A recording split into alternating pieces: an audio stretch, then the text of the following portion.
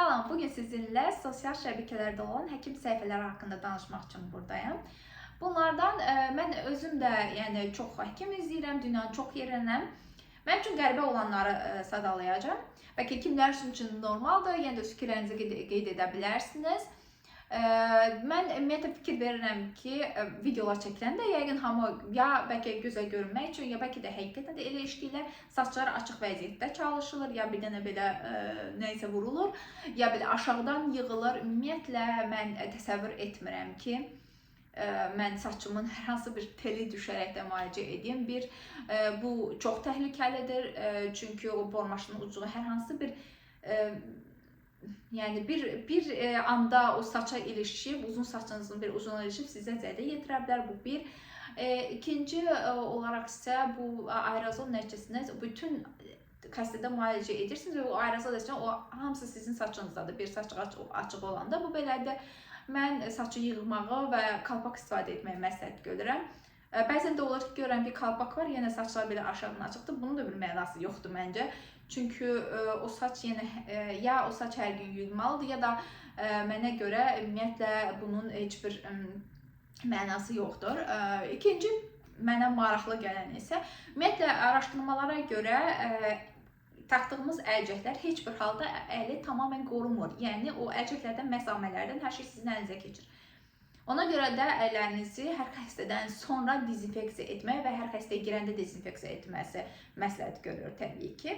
Əl deyimli dezinfeksiyonunda dezinfeksiyacı maddələrin ələ daxil olması isə, məsələn, əlinizdə əl kremi çox istifadə edirsinizsə, o yenə də dezinfeksiya olunmur.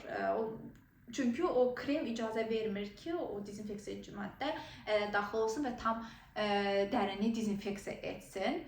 İkinci bir isə, əgər dırnaqlarınız belə deyilsə və dırnaqda lak yaxud da biraz uzunluq varsa, lak olanda xüsusilə bu qat dezinfeksiya olunmur. Yəni o maddə onu heç cür dezinfeksiya etməz. Dediyim bu mövzu, bu təsdiqlənmiş mövzudur. Yəni bu hər hansı bir deyilmiş fikir deyil mənim tərəfimdən.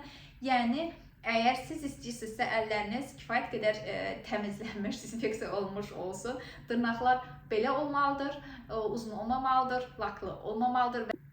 Üçüncü isə mənə görə ən önəmlisi etika mövzusudur ki, mən bizim ixtisaslarda düzü qarşılaşmamışam. Yəni diş həkimlərinin videoları kifayət qədər digər ixtisaslardan fərqli olaraq daha. Çünki bizdə biraz da belə video, görüntü paylaşmaq daha bizim ixtisasda daha normaldır digər ixtisasdan fərqli olaraq.